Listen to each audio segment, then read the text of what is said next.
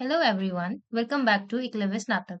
आज की वीडियो आपके लिए बहुत ज़्यादा इंपॉर्टेंट होने वाली है बिकॉज इस वीडियो में हम कम्युनिकेशन इन एवरीडे लाइफ की प्रीवियस ईयर क्वेश्चन पेपर को डिस्कस करेंगे और साथ ही साथ वन शॉट वीडियो भी होगी जिसमें हम इंपॉर्टेंट क्वेश्चंस को डिस्कस करेंगे और प्रीवियस ईयर क्वेश्चन में जो भी आए पेपर में जो भी क्वेश्चन आए थे उनके आंसर्स को भी हम इस वीडियो में देखने जा रहे हैं, ठीक है। और उससे पहले मैं आपको बता दूं कि ये सेमेस्टर 1 और 2 दोनों स्टूडेंट्स के लिए है जिनके पास भी कम्युनिकेशन इन एवरीडे लाइफ का सब्जेक्ट है, ठीक है।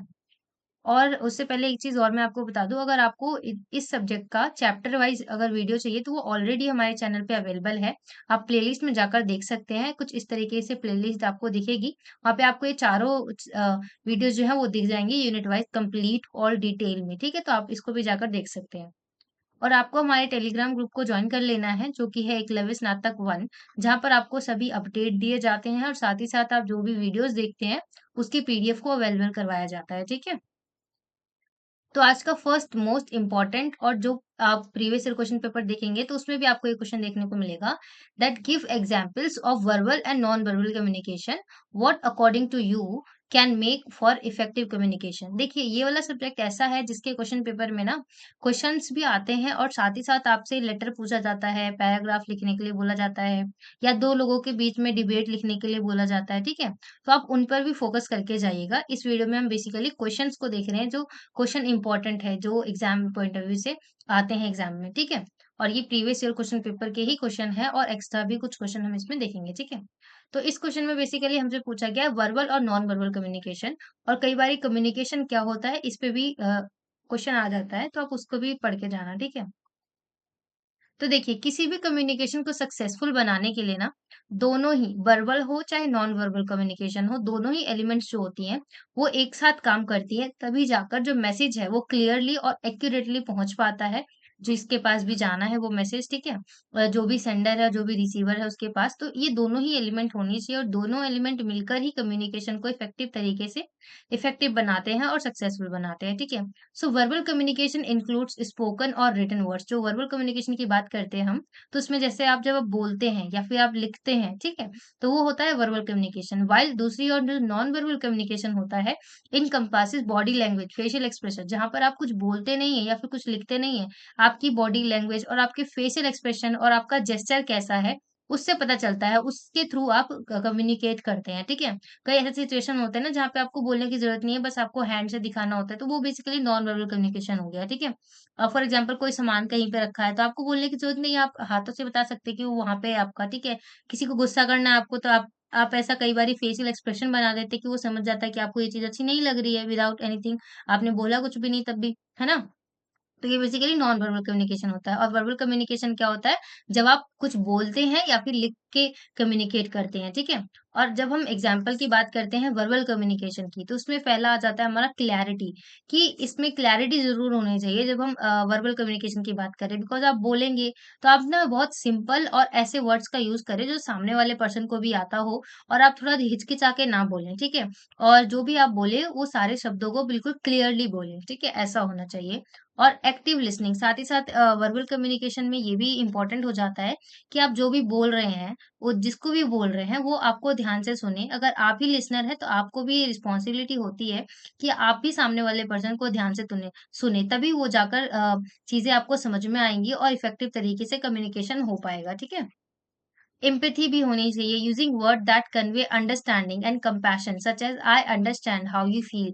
कई बार ऐसे कम्युनिकेशन होते हैं ना जहाँ पे हमें थोड़े इमोशंस के साथ बात करना पड़ता है, ठीक है? तो कुछ इस तरीके के वर्ड्स का, लाइन्स का यूज़ करना, ठीक है?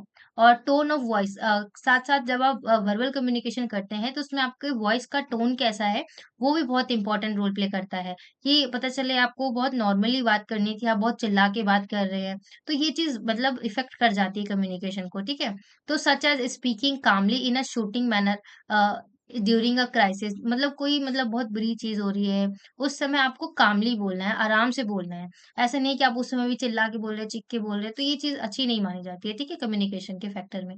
फीडबैक की अगर हम बात करें, जब आप वर्बल कम्युनिकेशन कर रहे हैं, तो उसमें फीडबैक बहुत ज़्यादा इम्पोर्टेंट हो जाता है। फॉर एग्ज़ाम्पल अगर आप कहीं किसी ग्रुप में कोई लेक्चर दे रहे हैं या स्पीच दे रहे हैं, तो उसमें ना आपको फीडबैक मिलना ज़रूरी हो जाता है। ताकि इससे पता चलता है आपको कि आप जो भी चीज़ें बोल रहे हैं, जो भी कम्युनिकेशन आपके बीच में हो रहा है, वो सामने वाले पर्सन को समझ में आ रहा है या नहीं आ रहा है, ठीक है? तो ये कुछ एलिमेंट्स थे, फैक्टर्स थे जो वर्बल कम्युनिकेशन के थे। अब हम कुछ एग्जांपल्स देख लेते हैं जो कि होंगे नॉन वर्बल कम्युनिकेशन के, ठीक है? जैसे कि आई कॉन्टैक्ट। जब आप किसी से बात कर रहे हैं तो नॉन वर्बल कम्युनिकेशन के फैक्टर्स को भी इंक्लूड करना आपके कम्युनिकेशन में इम्पोर्टेंट हो जाता है। ये आपने सुना होगा ये बात बात कि आपको आई कॉन्टैक्ट मेंटेन करके रखना चाहिए, भले आप किसी से भी बात कर रहे हैं, ठीक है? तो उससे पता चलता है कि हाँ, आप उस चीज़ में एंगेज्ड हैं और उस चीज़ में इंटरेस्टेड हैं। ठीक है? पोस्चर आपका बहुत रोल प्ले करता है। फॉर एग्जाम्पल आप कहीं पर हैंड्स फोल्ड करके खड़े हैं, तो मतलब उससे पता चल रहा है कि आप उस चीज़ में इंटरेस्टेड नहीं हैं, ठीक है? और अगर आप आराम से बिल्कुल हाथों को रखकर और कॉन्फिडेंसली खड़े हैं, तो वो आपको दिखाता है कि हाँ जी, आप उसमें इन्वॉल्व हैं, आप अपने हेड को हिलाते हैं, तो पता चलता है कि हाँ, उसमें आप इन्वॉल्व हैं, ठीक है? और कई बारी फेशियल एक्सप्रेशन से भी पता चल जाता है, जब आप स्माइल करते हैं, ठीक है? और वार्मथ अपना दिखाते हैं, तो उसमें पता चलता है कि हाँ जी, आपके अंदर अप्रोचेबिलिटी है, आप उस चीज़ में इंटरेस्टेड हैं, ठीक है? और gesture using hand gestures to emphasise point to provide clarity. कई बारी चीजें होती है ना कि शब्दों से समझ में नहीं आती है, तो हम अपने जेस्चर्स का यूज करते हैं, तो जिसकी वजह से क्या होता है, चीजें और अच्छे से समझ में आती हैं, ठीक है? क्लियर हो जाती हैं बेसिकली। प्रॉक्सिमिटी, इसमें क्या होता है कि adjusting physical distance to match the level of intimacy और फॉर्मेलिटी इन द कन्वर्जेशन। कई बारी कन्वर्जेशन आप जब कर रहे हैं तो एक इक्वल लेवल का एक जो डिस्टेंस होना चाहिए वो जरूर होना चाहिए दो लोगों के बीच में। ऐसे नहीं बिल्कुल आप साथ-साथ खड़े हैं एकदम। मतलब जब आप इफ़ेक्टिव तरीके से कम्युनिकेशन करना चाहते हैं, तो जो डिस्टेंस है वो मेंटेन होना चाहिए और सारी चीज़ों का ध्यान रखना चाहिए, ठीक है? तो इन समरी अगर हम बात करें, तो effective communication combines clear and empathy verbal expression with appropriate non verbal cues to ensure that messages are understood and received as intended. तो मतलब है यहाँ पे कहने का कि जितना भी जब आप वर्बल कम्युनिकेशन कर रहे हैं, तो उसी में नॉन वर्बल कम्युनिकेशन की चीज़ों का भी इन्वॉल्व होना इम्पोर्टेंट है ताकि पता चल सके कि आपने जो भी इंटेंड करना चाह रहे थे, वो अच्छे से समझा गया है या नहीं, अच्छे से रिसीव्ड हुई है या नहीं। ठीक है? तो कुछ इस तरीके से आपको इस क्वेश्चन का आंसर लिखना था। आई होप कि आपको समझ में आ गया होगा। बिकॉज़ ये आपके कॉलेज एग्ज़ाम्स हैं, इस वज़ह से आंसर्स जो हैं वो थोड़े बड़े-बड़े हैं, ठीक है? और आप हमारी वेबसाइट को भी विज़िट कर सकते हैं, जहाँ पे आपको ना इनके अलावा भी और भी एक्स्ट्रा क्वेश्चन देखने को मिल सकते हैं। इससे लॉन्ग लॉन्ग आंसर्स टाइप के क्वेश्चन भी आपको देखने के मिल सकते हैं, ठीक है? तो आप हमारे एकलव्य स्नातक वाली वेबसाइट पे भी विज़िट कर सकते हैं, ठीक है? So what are different kind of communication network explain. ये भी एग्ज़ाम में पूछा गया क्वेश्चन है जो कि बहुत इम्पोर्टेंट है कि कम्युनिकेशन के नेटवर्क क्या होते हैं, उसको आपको ब्रीफली एक्सप्लेन करना है। तो जब हम कम्युनिकेशन के नेटवर्क्स की बात करते हैं, तो ये एक तरीके से पैटर्न होता है या फिर एक तरीके का स्ट्रक्चर होता है, थ्रू विच क्या होता है कि जो इन्फॉर्मेशन होती है, वो फ्लोज़ विदिन एन ऑर्गनाइजेशन और ग्रुप। तो कम्युनिकेशन में ना different different kinds of communication के नेटवर्क्स होते हैं जो किसी ऑर्गेनाइजेशन या ग्रुप्स में यूज करे जाते हैं, ठीक है? तो उसके जितने भी नेटवर्क्स होते हैं कम्युनिकेशन के, उसको हम एक एक करके आगे डिस्कस करने जा रहे हैं, ठीक है? फर्स्ट होता है हमारा चेन नेटवर्क। इसमें क्या होता है कि in a chain network communication flows sequentially from one person to the next. Sequentially जाता है एक पर्सन के बाद दूसरे पे, दूसरे पर्सन के बाद तीसरे पर्सन पे, ऐसे नेक्स्ट नेक्स्ट करके जाता है चेन चेन नेटवर्क में, ठीक है? Like passing a message down a line, एक लाइन में, ठीक है? और this structure is efficient for relaying information but can be slow and prone to destroy. हो सकता है कि ये थोड़ा सा स्लो हो सकता है, पर इसमें क्या होता है चेन नेटवर्क में कि चीजें ना कम्युनिकेशन जो होता है वो दौरान उस दौरान में चीजें एक के बाद एक पर्सन से दूसरे पर्सन में एक एक करके जाती हैं, ठीक है? ये चेन नेटवर्क होता है। जब आप चैप्टर वाली वीडियो देखेंगे ना, तो उसमें आपको दिखेगा प्रॉपर इमेज के साथ सारी चीजों के साथ। यहाँ पे थोड़ी टाइम की कमी की वजह से हम थोड़ा नॉर्मली डिस्कस कर रहे हैं। बाकी आप हमारे चैप्टर वाली वीडियोस को देखेंगे तो आपको सारी चीज़ें वहाँ पे डिटेल में समझाई हुई है, ठीक है? व्हील नेटवर्क की अगर हम बात करें, तो व्हील नेटवर्क में क्या होता है कि one certain person service as a hub controlling to the flow of information to and from other members. तो मतलब यहाँ पे क्या होता है ना, व्हील नेटवर्क में क्या होता है कि एक पर्सन जो होता है वो हब की तरह काम करता है और वो अपने इन्फॉर्मेशन को ना, मतलब जो भी इन्फॉर्मेशन है पर्टिकुलर, वो सबके पास पहुँचाता है, ठीक है? सबके पास पहुँचाता है, जितने भी अदर मेंबर है उन सबके पास पहुँचाता है। एक पर्टिकुलर कोई पर्सन होता है जो, वो हब की तरह काम करता है। वो बेसिकली व्हील नेटवर्क हो गया, ओके? नेक्स्ट होता है स्टार नेटवर्क। इसमें क्या होता है, this structure ensure control and consistency but can B time consuming and limited lateral communication among group members. जितने भी ग्रुप मेंबर्स होते हैं ना, उसमें एक स्टार की तरह समझ लीजिए बन जाता है जब चीजें शेयर होती है एक साथ, एक दूसरे के साथ शेयर हो रही है, तो ये थोड़ा सा टाइम कंज्यूमिंग भी हो सकता है, ठीक है? ऑल चैनल नेटवर्क्स, इसमें क्या होता है कि in an all channels network members communicate freely with one another without a certain authority. इसमें क्या होता है कि ऑन चैनल नेटवर्क में इसमें कोई सर्टेनिटी नहीं होती कि एक के बाद एक, मतलब आप किसी से भी बात कर सकते हैं, कहीं से भी बात कर सकते हैं freely, without any obstacle, without any चीज, किसी भी चीज का ध्यान रखे बिना आप बात करते हैं नॉर्मली, ठीक है। So it encourages open communication but can become chaotic without proper coordination। अगर कोऑर्डिनेशन नहीं हो रही है तो ये चीज जो होती है वो थोड़ी बैड भी हो सकती है, chaotic भी हो सकती है, ठीक है। सर्कल नेटवर्क, इसमें क्या होता है, in a circle network members communicate with the two people closest to them. Circle network में बेसिकली क्या होता है कि आप अगर आप यहाँ है तो आपके नियर में जो भी दो पर्सन है उससे आप कम्युनिकेट कर रहे हैं, ठीक है। इट्स यूजफुल फॉर स्मॉल और टाइटली निट ग्रुप्स, जो ऐसे ग्रुप्स होते हैं ना बहुत अच्छे होते हैं उनमें हो गया, या फिर जो कोई स्मॉल ग्रुप है उसमें, ठीक है। So but information can take longer to reach distance member. इसमें क्या होता है, कोई ग्रुप में खड़े हैं लोग, तो आप आपके पास जो 2 लोग खड़े हैं, उन दोनों के पास आप बात कर रहे हैं, पर इससे क्या होता है एक चीज़ कि जो डिस्टेंस में थोड़ा दूर में खड़े होंगे, उनके पास वो चीज़ पहुँचने में थोड़ा-सा टाइम कंज्यूमिंग हो सकता है, ठीक है? So the choice of communication network depends on factors like that organization, size, objective, culture and the nature of information being shared। तो मतलब वहाँ पे ना चीज़ें, सारी चीज़ें डिपेंड करती हैं अलग-अलग फैक्टर पे कि कम्युनिकेशन में कौन से नेटवर्क का यूज़ किया जा रहा है, ठीक है? So effective communication networks balance efficiency, speed and inclusivity to facilitate the flow of information within the group और ऑर्गेनाइजेशन। किसी ऑर्गेनाइजेशन या ग्रुप में ना इन्फॉर्मेशन को कम्युनिकेशन में ना एक बैलेंस बनाया जाता है थ्रू कम्युनिकेशन नेटवर्क, ठीक है? सो आई होप कि आपको ये क्वेश्चन भी क्लियर हुआ होगा। नेक्स्ट क्वेश्चन में आपसे पूछा गया है what is downward communication and also discuss it's limitations. तो ये क्वेश्चंस ऐसे है ना जो बहुत ज्यादा इंपॉर्टेंट है एग्जाम पॉइंट ऑफ व्यू से, और इसके एग्जाम में आने के चांसेस भी बहुत ज्यादा है। अगर आप इस वीडियो को अच्छे से कंप्लीट कर लेते हैं, साथ साथ चैप्टर वाली वीडियोस को कंप्लीट कर लेते हैं, तो एग्जाम में जितने क्वेश्चन पूछे जाएंगे ना, वो क्वेश्चन तो सारे आराम से टैकल कर लेंगे। और साथ ही साथ आपको लेटर वगैरह मैंने आपको जैसा बताया वो आपको करके जाना है, ठीक है। सो डाउनवर्ड कम्युनिकेशन की जब हम बात करते हैं तो उसमें क्या होता है ना कि जो अपर लेवल की अथॉरिटी होगी वो डाउन लेवल, जो लोअर लेवल की अथॉरिटी होगी ना उसको थोड़ा-सा अ, मतलब उनको ना ज़्यादा अपॉर्च्युनिटी नहीं मिल पाती है। उनको ज़्यादा अपनी बात को सामने रखने पाने की अपॉर्च्युनिटी नहीं मिल पाती है डाउनवर्ड कम्युनिकेशन में। फॉर एग्ज़ाम्पल कोई ऑर्गनाइज़ेशन है तो उसमें जो बड़े होंगे वो अपने से छोटे या अपने से लोअर लेवल के जो एम्प्लॉइज़ होंगे उनको मतलब ज़्यादा महत्व नहीं देते हैं। किसी-किसी ऑर्गनाइज़ेशन में ऐसा होता है, ठीक है? So downward communication refers to the flow of information within an organization from higher level of management और authority to lower levels। तो जैसे मैंने आपको बताया हायर लेवल के जितने भी मैनेजमेंट है उनको लोअर लेवल के मैनेजमेंट के साथ यहाँ पे बेसिकली टैकल किया जाता है, ठीक है। सो while downward communication is crucial for ensuring that employees understand their rules and responsibility। कई बार ऐसा होता है ना कि जो हायर लेवल की अथॉरिटीज होंगी वो चीजों को बता देते हैं और लोअर लेवल को समझ में आए ना आए कोई फ़र्क नहीं पड़ रहा, वो उन्होंने बता दिया। बस उनको बताने का काम था, उन्होंने बता दिया। और इसमें क्या होता है जो लोअर लेवल के को लोग होते हैं वो क्वेश्चन भी नहीं पूछ पाते हैं, अपने डाउट्स को भी नहीं पूछ पाते हैं, ठीक है?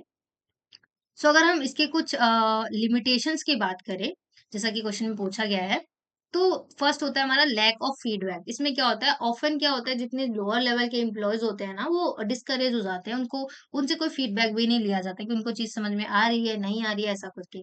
ठीक है, मिसअंडरस्टैंडिंग इसकी वजह से क्या होता है कि मिसअंडरस्टैंडिंग भी हो जाती है कि कई बारी चीज़ें क्या होती है कि हायर लेवल की अथॉरिटी जो होगी वो कहना कुछ और चाह रही थी, पर लोअर लेवल को तो मौका ही नहीं मिला क्वेश्चन पूछने का, फीडबैक देने का, तो वो मिस इंटरप्रेटेड भी कर जाते हैं चीज़ों को, ठीक है? जिससे क्या होता है कन्फ्यूजन जैसी चीज़ें भी क्रिएट हो जाती हैं, ठीक है? फ़िल्टरिंग इसमें क्या होता है कि जो भी इन्फॉर्मेशन है उसको फ़िल्टर नहीं किया जाता, बेसिकली बता दिया जाता है और फिर उनसे पूछा भी नहीं गया तो बेसिकली उसमें क्या कमी थी, क्या नहीं, ये तो देखा नहीं गया, है ना? तो इसमें फ़िल्टर करने का ऑप्शन भी नहीं मिल पाता है। बेसिकली जब आपको इफेक्टिव कम्युनिकेशन चाहिए, तो उसमें क्या होता है कि आपको फीडबैक मिलना ज़रूरी होता है। अगर उसमें कोई गलती है, तो आपको उसको गलती को सुधारना है, ये भी इम्पोर्टेंट हो जाता है ना? तो ये सारी चीज़ें होनी चाहिए, परंतु डाउनवर्ड कम्युनिकेशन में क्या होता है, इसमें ये वाले ऑप्शंस जो है नहीं मिल पाते हैं, ठीक है? रेजिस्टेंस इसमें रेजिस्टेंस की बात क्या हो रही है कि एम्प्लॉयज में resist directive from top management if they feel disconnected और if they instructions conflict with their own perspective और एक्सपीरियंसेस। इसमें क्या होता है रेजिस्टेंस जैसी बात भी आ जाती है बिकॉज कई बार क्या होता है ना कि जो टॉप मैनेजमेंट होते हैं वो अगर डिस्कनेक्ट फील करते हैं या लोअर लेवल को नहीं मानते हैं उनसे मतलब उनको अपॉर्चुनिटी बेसिकली नहीं मिल पाती है किसी भी तरीके का फीडबैक या क्वेश्चन पूछने के लिए, तो उसमें बेसिकली रेजिस्टेंस भी हो जाता है, ठीक है। इफिशियंसी, इसमें इफिशियंसी की बात कर रहे हैं हम, तो ओवरऑल जो लोअर लेवल के एम्प्लॉयज होते हैं उनको with excessive information can be counter productive and hinder decision making. तो कई बार क्या होता है ना कि जो हायर लेवल या टॉप लेवल के जो भी मैनेजमेंट है वो लोअर लेवल के एम्प्लॉयज को सारी चीजें बता देते हैं, परंतु उनको कुछ समझ में नहीं आया या उन्होंने बहुत सारी चीजें एक ही बार बता दी। तो कई बार क्या होता है, जो एम्प्लॉयज होंगे लोअर लेवल के वो डिसीजन नहीं बना पाते हैं, वो हिंडर हो जाते हैं, वो कंफ्यूज हो जाते हैं, बेसिकली वो डिलेमा में आ जाता है कि कैसे बनाए, डिसीजन मेकिंग नहीं कर पाते हैं वो, ठीक है। So effective downward communication requires open clarity mechanism for feedback to mitigate these limitation and ensure that information flows smoothly and efficiently within an organization। ठीक है, तो किसी भी ऑर्गेनाइजेशन में अगर इंफॉर्मेशन इफिशिएंटली और स्मूथली पहुंचाना है तो ये इंपॉर्टेंट हो जाता है कि डाउनवर्ड कम्युनिकेशन में लोगों को ऑप्शन मिले, मौका मिले कि क्लैरिटी कर पाए, वो अपना फीडबैक दे पाए और जितने भी लिमिटेशंस है उसको मिटिगेट कर पाए, ठीक है। सो आई होप कि आपको ये क्वेश्चन भी समझ में आया होगा। These are very easy questions, I think. Next question में हमसे पूछा गया है, define communication with other tools are used for communication other than verbal means. तो मतलब जो हमारा कम्युनिकेशन है उसमें वर्बल मीन्स के अलावा और कौन से ऐसे टूल्स हैं जिनका यूज किया जाता है। वर्बल मीन्स का भी हमने में देखा ना पहले, अभी वर्बल क्या होता है, जब आप बोलते हैं या लिख के बता रहे हैं तो वो वर्बल बेसिकली वो जब आप शब्दों का प्रयोग कर रहे हैं, ठीक है। सो हमें यहाँ पे बताना है वर्बल मीन्स के अलावा और कौन से टूल्स हैं जिनका कम्युनिकेशन में यूज किया जाता है। ठीक है, so communication is the process of exchanging information, thoughts, ideas and feelings between individuals और ग्रुप्स, है ना।